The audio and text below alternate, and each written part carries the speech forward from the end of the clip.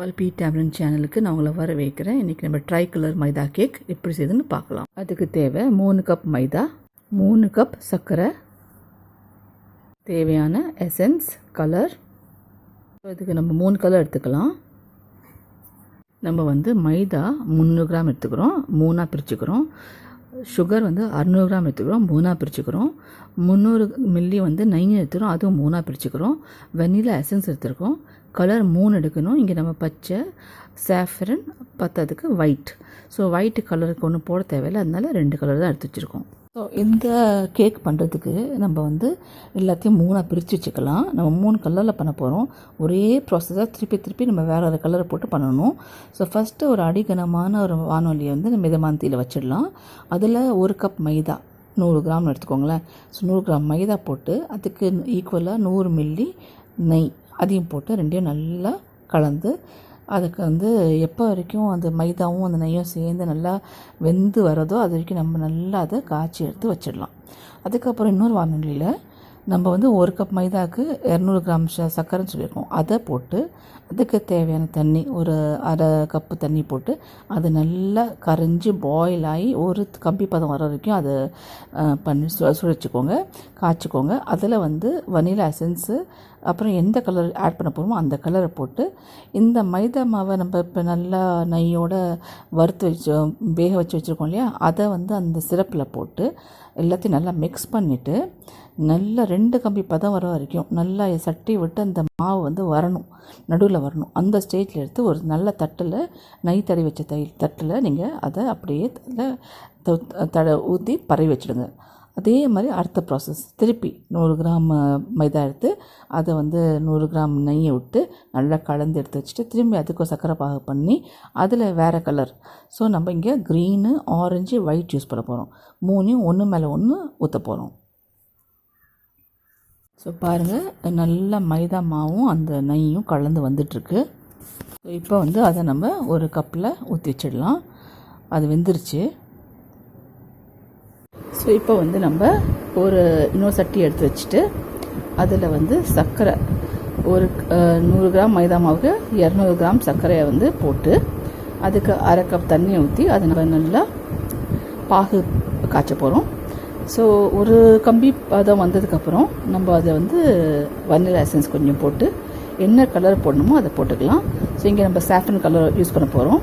அதை போட்டுட்டு நல்லா அந்த ஒரு கம்பி பதம் வந்ததுக்கப்புறம் அந்த மைதா மாவும் நெய்யும் நம்ம நல்லா வேக வச்சு வச்சுருக்கோம் இல்லையா, அதை அதில் கலந்து நல்லா மிக்ஸ் பண்ணி அப்புறம் நம்ம நல்லா அதை கலந்துகிட்டே வந்தோம்னாக்கா மாவு திரண்டிட்டு நடுவில் வரும் சட்டியை விட்டுட்டு. அப்போ 2 கம்பி பதம் வந்திருக்கும். ஸோ அந்த ஸ்டேஜில் அதை எடுத்து நம்ம எண்ணெய் தடவின பாத்திரத்தில் ஒரு பிளேட்டில் ஒரு ட்ரேயில் அப்படியே அதை ஊற்றி நல்லா தடவி விட்டுருவோம். ஸோ இதே ப்ராசஸ் நம்ம திருப்பி 2 கலருக்கு பண்ணி அந்த தட்டு மேலேயே ஊற்றிட்டு வந்தோம்னா 3 கலர் கேக் ரெடி ஆகிடும். ஸோ இதுதான் நம்ம இப்போ பண்ண போகிறோம். நம்ம இங்கே சாஃப்ரன் கலரும் க்ரீன் கலரும் ஒயிட் கலரும் யூஸ் பண்ண போகிறோம். ஒயிட்டுக்கு ஒன்றும் கலர் போட தேவையில்லை. ஸோ இப்போ பாருங்கள், நம்ம அதை பாகு காய்ச்சிட்டே இருக்கோம். அந்த பாகு ஒரு கம்மி பதம் வர வரைக்கும் நம்ம வெயிட் பண்ணணும். அது வந்ததுக்கப்புறம் அதில் தேவையான எசன்ஸும் கலரும் போட்டுக்கலாம். அதோட அந்த மாவை கலந்து நல்லா மிக்ஸ் பண்ணி நல்லா கரண்டியால் அதை பரட்டிகிட்டே வரலாம். ஸோ நல்லா கலந்துகிட்டே வரும்போது அது திரண்டு நல்லா வரும்போது அதை எடுத்து இந்த பிளேட்டில் நெய் தடவி வச்சுருக்கோம் பார்த்தீங்களா, ஸ்டீல் பிளேட்டில், அதில் நம்ம ஊற்றி நல்லா பரவாயில்ல தடவிட போகிறோம். ஸோ இப்போ அதில் நம்ம கலர் போட்டாச்சு. கேசரி கலர்னு சொன்னாலும் சரி, சாஃப்ரன் கலர்னு சொன்னாலும் சரி, அதில் நம்ம இந்த மாவை கலந்து நல்லா அதை கிளறி விட்டே இருக்கலாம். அது நல்லா வெந்து வந்துகிட்டே இருக்கட்டும். அந்த சுகர் பாவு இன்னும் முருகிட்டே வரும். ஸோ 2 கம்பி பதம் வந்ததுக்கப்புறம் அந்த மாவும் அந்த சுகர் பாவும் சேர்ந்துட்டு நடுவில் வந்துடும். ஸோ நம்ம மாவு கலந்தோடனே எசன்ஸ் போட்டுடலாம். நம்ம ஆல்ரெடி கலர் போட்டாச்சு. ஸோ இந்த மாவையும் கலந்துட்டு எசன்ஸும் போட்டு அந்த 2 கம்பி பதம் வரும்போது எடுத்து அந்த பிளேட்டில் பரவாயில்ல அப்படியே ஊற்ற வேண்டியது தான். ஸோ இப்போ எசன்ஸும் போட்டாச்சு. எசன்ஸ் போட்டதுக்கப்புறம் நம்ம மாவை நல்லா மிக்ஸ் பண்ணிவிட்டு அப்படியே நம்ம கலந்துகிட்டே வந்தோம்னா, கைவிடாமல் கலந்துகிட்டே வந்தோம்னா அந்த மாவை நீங்களே பார்ப்பீங்க அது எப்படி திக்காகிட்டே போகுது. சுகர் முருவ அது அந்த சட்டி விட்டு அப்படியே வரும், நடுவில் வர ஆரம்பிச்சிடும். அப்போ ரொம்ப முருவ விட்டுறாதீங்க, அப்போ கட் கூட பண்ண முடியாது. கரெக்டான ஸ்டேஜில் இருக்கணும். ரொம்ப சாஃப்டாக வெட்டாதீங்க, அப்பயும் அது வந்து ஷேப் ஹோல்ட் பண்ணாது. ரொம்ப முறிடுச்சுன்னா ரொம்ப கல் மாதிரி ஆகிடும், அப்பயும் வெட்ட முடியாது. ஸோ அந்த கரெக்டான பதத்தில் எடுத்து நம்ம வந்து 3 மாவையும் போட்டுட்டோன்னா கொஞ்ச நேரம் விட்டிங்கன்னா அழகாக வந்து அப்படியே உறைஞ்சிடும். ஸோ அதுக்கு முன்னாடி நம்ம கத்தியால் கீறி விட்டோம்னா டைமண்ட் ஷேப்ஸில் அது நல்லா ஆறின அப்புறம் நீங்கள் இன்னொரு பிளேட்டில் கவுத்து அதை அப்படி தட்டி விட்டிங்கன்னா அழகாக பீஸாக வந்து உளுந்துடும். ஸோ கொஞ்சம் நேரம் ஆகும் அது பதத்துக்கு வரத்துக்கு, முறி வரத்துக்கு. நம்ம ஒரு பிளேட்டில் நெய்யோ வெண்ணெயோ எண்ணெயோ ஏதோ ஒன்று தடவி வச்சுட்டு ரெடியாக வச்சுக்கலாம். டக்குன்னு எடுத்து அப்படியே ஊற்றி அந்த பிளேட்டை தட்டினீங்கன்னா கீழே அதே பரவிக்கும். இல்லைன்னா நம்ம ஸ்பூன் வச்சே அப்படியே 4 பக்கமாக அதை பரவி விட்டுடலாம். பரவிட்டு நம்ம அதே மாதிரி அடுத்த கேக் பண்ண ஆரம்பிச்சிடலாம். ஸோ இது வந்து கேக் மாதிரி தான். ஸோ மைதாவில் பண்ணுறது. இதில் நம்ம டேஸ்ட்டுக்கு பால்கோவா இல்லை பால் பவுடர், தேங்காய் துருவல் ஏதாவது அப்படியே ஆட் பண்ணிக்கலாம். அது வந்து இம்ப்ரவைசேஷன் தான், அது நீங்கள் என்னென்னு பண்ணிக்கோங்க. இதுதான் பேசிக் கலர் கேக், மைதா கலர் கேக். இதே மாதிரி ஒவ்வொன்றுக்கும் நம்ம ரிப்பீட் பண்ணணும். அதே மாதிரி மைதா மாவையும் நெய்யும் நல்லா கிளறி விட்டு எடுத்து வச்சுக்கணும். அதுக்கப்புறம் சுகரை வந்து பாகு வந்து ஒரு கம்பி பதம் வரைக்கும் நம்ம சுகரை பாகு காய்ச்சணும். அதில் கலர் ஆட் பண்ணணும். ஸோ சுகர் வந்து நம்ம ஏன் காமிக்கிறோம், எல்லா ப்ராசஸையும் நான் காமிக்க இஷ்டப்படல, ஏன்னா அதே ரிப்பீட் தான். சுகர் மாத்திரம் ஏன் காமிக்கிறேன், இதில் தான் நம்ம கலர் ஆட் பண்ண போகிறோம். ஸோ என்ன கலர் போட போகிறோம் அதுக்காக நான் சுகர் மாத்திரம் காமிக்கிறேன். மற்றபடி சேம் ரிப்பீட் ப்ராசஸ் தான், அதே வேலை திருப்பி பண்ணணும். நம்ம ஒரேதியாக பண்ணி 3 பிரித்து வச்சு கூட வச்சுக்கலாம், அப்படியும் பண்ணிக்கலாம். பட் இது வந்து கரெக்டாக 100 கிராம் 100 கிராம் எண்ணெய் 200 கிராம் சுகர் அப்படின்னு கரெக்டாக வரும். அதனால் இப்படி நம்ம மாற்றி பண்ணுறோம். வேணுன்னா மைதா மாவும் நெய்யும் 300 கிராம் மைதாவும் 300 கிராம் நெய்யும் சேர்த்து போட்டு நீங்கள் எடுத்து வச்சுட்டு ஈக்குவலாக பிரிச்சுக்கலாம், அப்படியும் பண்ணிக்கலாம். ஏன்னா அது ஒன்றும் பிரச்சனை இல்லை, அது பண்ணி வச்சுருந்தா ஒன்றும் ஆகிட போகிறதில்ல. சுகர் தான் வந்து உங்களுக்கு கம்பி பதம் வந்து முருவ ஆரம்பிச்சிடும். ஸோ அதுதான் நம்ம சுகர் தான் அப்படி பண்ணி வச்சுக்க முடியாது, அது இதுக்கு அப்பப்போ தான் பண்ண முடியணும். ஸோ இது ஒன்று பண்ணிவிட்டு இப்போ இதில் வந்து நம்ம ஒயிட்டாக போட போகிறோம். இதில் வந்து எந்த கலரும் போட போகிறதில்ல. ஸோ இதில் எதுவும் போட தேவையில்லைங்கன்னா சுகர் பாவை அப்படியே பண்ணிவிட்டு அது எசன்ஸ் மாத்திரம் போட்டுட்டு அதே மைதா மாவு நெய்யை வந்து அந்த கலவையை அதில் போட்டு நல்லா 2 கம்பி பதம் வரும்போது முறிவு அழகாக வரும்போது நம்ம அது ஆரஞ்சு கலர் மேலே ஊற்றிடலாம், விட்டுடலாம். அவ்வளோதான்.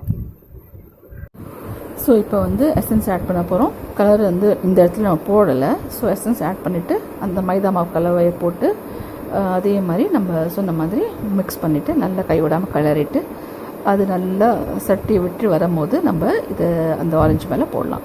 இப்போ இது வந்து நான்ஸ்டிக் சட்டியில் பண்ணுறதுனால ரொம்ப நேரம் எடுக்குது. அதனால தான் நான் உங்கள்கிட்ட நான்ஸ்டிக் பண்ணாதீங்கன்னு சொன்னேன். அதில் பண்ணுற வசதி இதில் வர மாட்டேங்குது. இது ரொம்ப நேரம் எடுக்குது மாவு வந்து ஒட்டாமல் வரத்துக்கு. ஸோ அதனால் நான்ஸ்டிக்கில் பண்ணாதீங்க நான் சொன்னேன். ஸோ நீங்கள் எப்படி உங்களுக்கு வசதியோ அப்படி பண்ணிக்கோங்க. ஸோ இப்போ வந்து மைதா மாவு கலவை அதில் ஆட் பண்ணியாச்சு, எசன்ஸ் போட்டாச்சு. அது ஒரு கப்பி பதம் வந்ததோட மைதா மாவு கலவை போட்டு இப்போ நம்ம கை விடாமல் கிளற போகிறோம். அது வந்து 2 நிலை ஒட்டாமல் நடுவில் வர ஆரம்பித்தோன்னே அந்த ஆரஞ்சு கலரில் ஆல்ரெடி ஊற்றிச்சு போலே அது மேலே ஊற்றிட போகிறோம். ஸோ ஆரஞ்சு கலர், அதுக்கு அடுத்தது ஒயிட் கலர் போட போகிறோம். ஸோ 2 லெவல் ஆயிடுச்சு. அடுத்தது 3ஆவது லெவல் பண்ணணும்.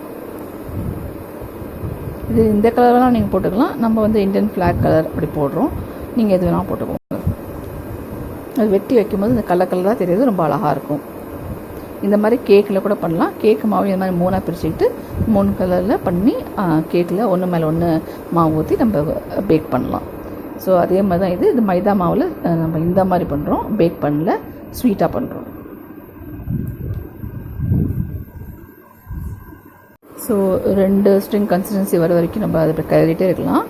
நான் சொன்ன மாதிரி நான்ஸ்டிக் பண்ணல ரொம்ப நேரம் ஆகுது. இப்போ ஆயிடுச்சு. அது மேலே நம்ம ஊற்றுறோம், ஆரஞ்சு கலர் மேலே ஊற்றி முடிஞ்ச வரைக்கும் பரவாயில்ல அப்படியே பரவி விடுறோம்.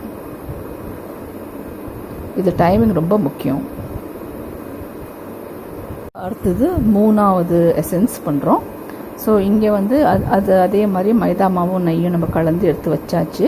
அடுத்தது சுகர் வந்து 200 கிராம் போட்டு அதில் வந்து பாகு பதத்துக்கு எடுத்துகிட்டு போயிட்டுருக்கோம். அது இதில் நம்ம க்ரீன் கலர் யூஸ் பண்ணுறோம். ஸோ உங்கள்கிட்ட க்ரீன் கலர் லிக்விடாக இருந்தாலும் சரி, பவுடர் ஃபார்மில் இருந்தாலும் சரி, எதை வேணால் யூஸ் பண்ணிக்கோங்க. இப்போ நம்ம சாஃப்ரன் வந்து பவுடர் ஃபார்மில் யூஸ் பண்ணோம், க்ரீன் கலர் வந்து லிக்விட் ஃபார்மில் யூஸ் பண்ணுறோம். ஸோ எது இப்படிலாம் யூஸ் பண்ணிக்கலாம். ஸோ அந்த கரெக்டான கலர் எவ்வளோ கலர் போட்டால் அந்த கலர் நல்லா ப்ரைட்டாக வருமோ அந்த அவ்வளோ கலர் போட்டுக்கோங்க. போட்டு இப்போ நம்ம கம்பி பதம் வர வரைக்கும் வெயிட் பண்ணலாம். ஸோ இப்போ வந்து கம்பி பதம் வந்ததுக்கப்புறம் நம்ம மாவு கலவையை அதில் ஆட் பண்ண போகிறோம்.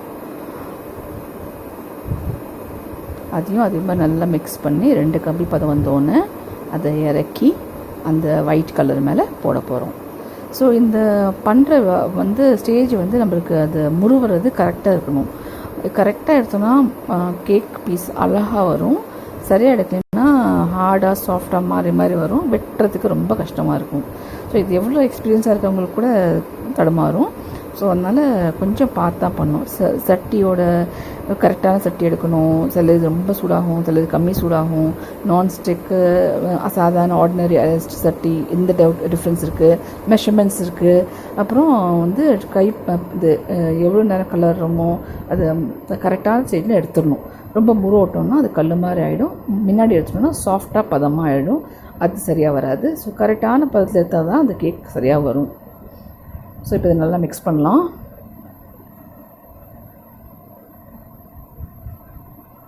ஸோ இப்போ அதில் மாவு கலந்தாச்சு. மாவு கலந்து நம்ம இப்போ 2 கம்பி பதம் வர வரைக்கும் அதை நம்ம கலந்துகிட்டே இருக்க போகிறோம். உங்களுக்கே தெரியும் அது சட்டி விட்டு எப்படி நடுவில் வருது, பபுள்ஸ் ஃபார்ம் ஆகுது, ஒரு மாதிரி இழுக்குது. அந்த ஏர் பபுள்ஸ் ஃபார்ம் ஆகி ஒரு மாதிரி உங்களுக்கு ஃபார்ம் ஆகும். அதுலேயே உங்களுக்கு தெரிஞ்சு போய்டும் அது ஆகிட்டுருக்குன்னு. ஸோ அந்த ஸ்டேஜில் நம்ம தான் டைமிங் பார்த்து எடுக்கணும், எப்போ எடுக்கணும் அப்படின்ட்டு. கொஞ்சம் நேரம் ஜாஸ்தி விட்டோன்னா முறிவிடும், கொஞ்சம் நேரம் முன்னாடி எடுத்தால் பதம் தவறிடும். ஸோ அது கரெக்டாக பார்த்து நம்ம தான் எடுக்கணும். அது எக்ஸ்பீரியன்ஸ் ஆக தான் இதெல்லாம் நம்மளுக்கு சரியாக வரும். அது வரைக்கும் எல்லாம் ட்ரையல் அண்ட் எரர் மெத்தட் தான். ஸோ இப்போ அதை எடுத்து அது மேலே ஊற்றிடலாம். ஸோ இப்போ எடுத்து அந்த ஒயிட் கலர் மேலே நம்ம க்ரீன் கலரை ஊற்றிடுறோம். ஸோ கலர் கேக் கம்ப்ளீட் ஆயாச்சு. பதம் தவறினாலும் தவறாட்டாலும் அதுதான் கேக் முடிச்சாச்சு.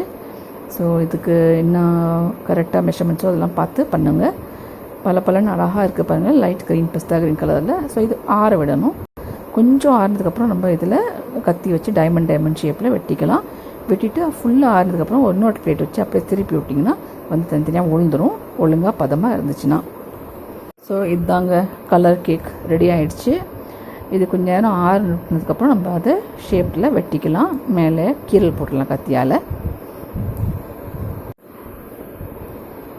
ஸோ இதை 3 லேயர்டு கேக்குன்னு கூட சொல்லிக்கலாம். நீங்களும் ட்ரை பண்ணி பாருங்கள். பிடிச்சிருந்தா சப்ஸ்கிரைப் பண்ணுங்கள், சப்போர்ட் பண்ணுங்கள், பெல் ஐக்கனை நோட்டிஃபிகேஷன்ஸ்க்காக ப்ரெஸ் பண்ணுங்கள். இது வரைக்கும் பல்பி டேமரிண்ட் சேனலில் பார்த்ததுக்கு ரொம்ப நன்றி. எல்லாருக்கும் இனிய தீபாவளி வாழ்த்து.